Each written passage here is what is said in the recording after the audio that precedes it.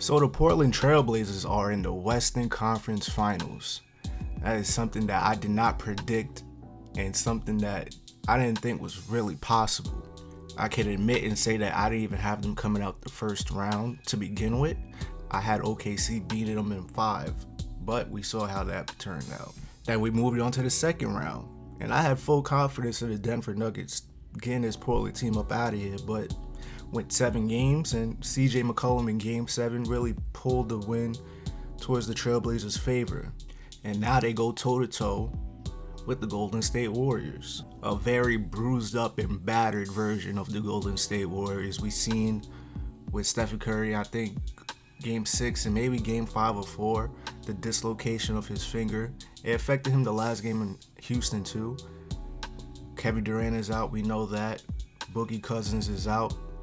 And there's no real timetable for DeMarcus specifically right now to come back and return in this series or in the playoffs in general. We've seen reports of him first being out completely for the playoffs, and now all of a sudden we see reports of him potentially coming back in this series. But now we're hearing that Steve Kerr is saying that he hasn't even stepped on the floor yet. So for this series, and probably if the Warriors move on and play whoever they play in the finals, I'm just not going to think about DeMarcus Cousins right now.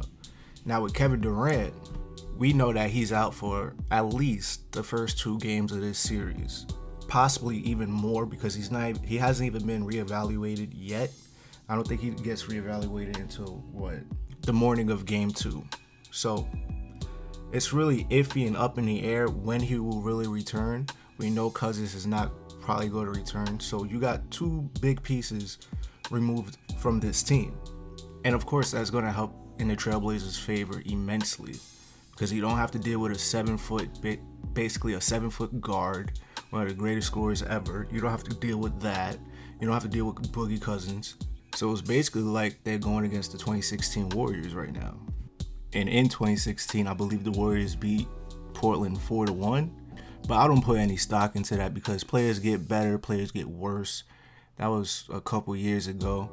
So I don't hold that much value in that series. But I will say the only way I see Portland having a real shot at even putting a dent in the armor of Golden State is they need CJ and Damian to play spectacular at the same time. We've seen Damian Lillard absolutely be phenomenal in the series against the Oklahoma City Thunder, and we saw him regress in the series against Denver. He shot about 39% from the field and 27% from the three-point line, and that's just not going to cut it against the Warriors. You need Damian to be how he was against the Oklahoma City Thunder.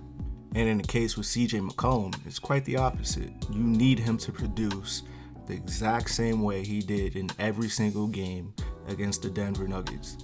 We need Game 7 CJ this whole series. I don't want to bet on that happening, but at the same time, again, for the Portland Trailblazers to put a dent in the armor of Golden State, they need both of their backcourt players and Damian Lillard and CJ McCollum to be great. They need the role players to step up huge.